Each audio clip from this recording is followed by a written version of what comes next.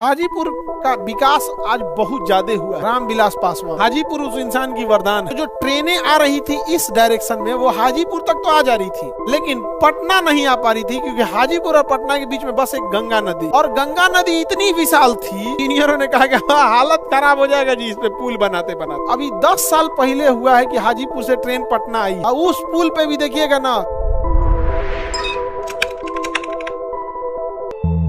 हाजीपुर का केला प्रसिद्ध है। हाजीपुर का केला है, समझ में आ गया कि नहीं आ गया?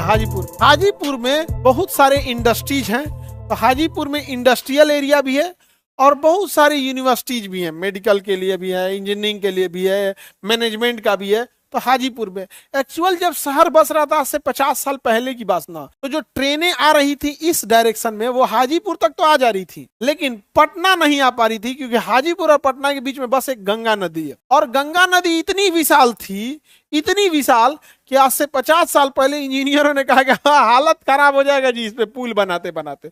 क्योंकि रेलवे का पुल थोड़ा ज्यादा मजबूत बनता है कंपेरेटिवली नॉर्मल गाड़ियों की तुलना में। तो हुआ क्या कि यहाँ से ट्रेन छोड़िए, अब इधर ट्रेन को ऊपरे ऊपरे निकाल देते हैं। तो अभी 10 साल पहले हुआ है कि हाजीपुर से ट्रेन पटना आई है, और वो भी इस रूट से नहीं आती है, वो दीघा के हो से आती है, दीघा होके आते है, जेपी सेतु होके। और उस पुल पे भी देखिएगा ना कि नीचे चलेगी ट्रेन और ऊपर चलेगी नॉर्मल गाड़ियां। पटना में डबल डेकर पुल, और उस जो ऊपर गाड़ियां चलती है ना उस पर ट्रक को जाने नहीं देगा, क्या तू तूर देगा, नीचे ट्रेन है, नॉर्मल गाड़ियों को जाने दो। अब ट्रक वाला कहा कि भैया तो हम किधर से जाएंगे, तो फिर उसके बगल में एक नया पुल बनाया जा रहा है, और उस बगल में नया पुल बनाया जा रहा है 6 लेन का, और कहा जाएगा कि इससे सारा ट्रक 4 व्हीलर जाएगा, और हल्का टेम्पू मोटरसाइकिल वाले को इसके ऊपर से जाने देगा। अच्छा है, टेम्पू मोटरसाइकिल वालों के लिए भी सेपरेट पुल हो जाएगा। भाई साहब उस 100 का राज होगा, क्योंकि टेम्पू वाले लोग के भी प्रॉब्लम क्या होती है, उन्हें सवारी नहीं बैठाएंगे ना तो उनको घाटा लग जाएगा। अगर तीन सवारी कम हो गया ना तो उसको जेब से जाएगा। जैसे 10 लोगों का सीट है तो 5 लोगों का तो उसका लागत चला जाता है, 5 पे उस पर कमाता है वो, और उसपे से भी मान के चलिए 10 का तो लागत हो गया, 6 को बैठा लेगा तो लोग अब आ जाएंगे, चलो ना सब भरना जरूरी है। अरे यार उससे पूछो बेचारे का, उस बेचारे का 5 को तो लागत आ जाएगा। टेम्पू स्टैंड वाला लेगा, अगर ई रिक्शा है तो बैटरी चार्ज करने वाला लेगा, और नहीं तो डीजल वाला है, पेट्रोल वाला है तो पेट्रोल का पैसा लेगा। समझ में आ रहा है कि नहीं आ रहा है? और उसी में बनना बिगड़ना दुनिया भर का चीजें। गाड़ियां जितनी कमर्शियल हो जाती है हमेशा बिगड़ते रहती है कुछ न। हम लोग को लगता है कि चल यार जल्दी पहुंचने लगते हैं और बेचारे सब कहीं कहीं लगा के टूट देखता है 2 सवारी और आ जाए, उसका भी परिवार है बेचारे। आगे बढ़े तो ट्रेनें नीचे आई या ऊपर ऊपर निकाल दिया, फिर कहाँ पे क्रॉस कराया बताइए?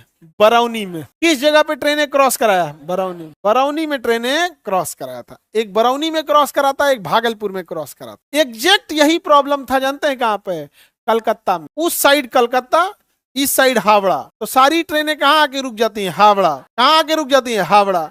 उसके आगे नहीं जाती, इधर उधर मुड़ जाती है, वो पर कलकत्ता नहीं जाती। तो हावड़ा में, और हावड़ा जो पुल है वो ट्रेन का नहीं है, गाड़ियों वाला है, ट्रेन का नहीं। ट्रेन के लिए ऑब्वियस बात है बहुत ज्यादा लोड देना पड़ेगा। हाजीपुर का विकास आज बहुत ज्यादा हुआ है, उसका एक बड़ा कारण था वहां एक बहुत विजनरी नेता था, रामविलास पासवान। एक्चुअल में बहुत विजनरी इंसान रामविलास पासवान, और उन्हें मौसम वैज्ञानिक कहा जाता था। जिधर की सरकार उधर ही चले जाते थे, इसलिए उन्हें क्या कहा जाता? मौसम वैज्ञानिक। लेकिन देखिए कोई नेता पार्टी बदले ना बदले, अगर वो विकास का काम कर रहा है तो अच्छी बात है। पार्टी अदला बदले तो लगभग सब नेता करते, लेकिन हाजीपुर उस इंसान की वरदान है। रेलवे का पूर्वोत्तर रेलवे का मुख्यालय कहाँ है? पूर्वोत्तर नहीं, पूरब मध्य। पूर्वोत्तर नहीं है, पूरब मध्य। पूर्वोत्तर का तो गोरखपुर है। पूरब मध्य रेलवे का मुख्यालय कहाँ है? पूरब मध्य रेलवे का मुख्यालय हाजीपुर। पूरब मध्य रेलवे हाजीपुर। पूरब मध्य रेलवे हाजीपुर। समझ में आ गया कि नहीं आ गया? सर अब वहाँ चिराग पासवान है, मतलब उनके बेटा है।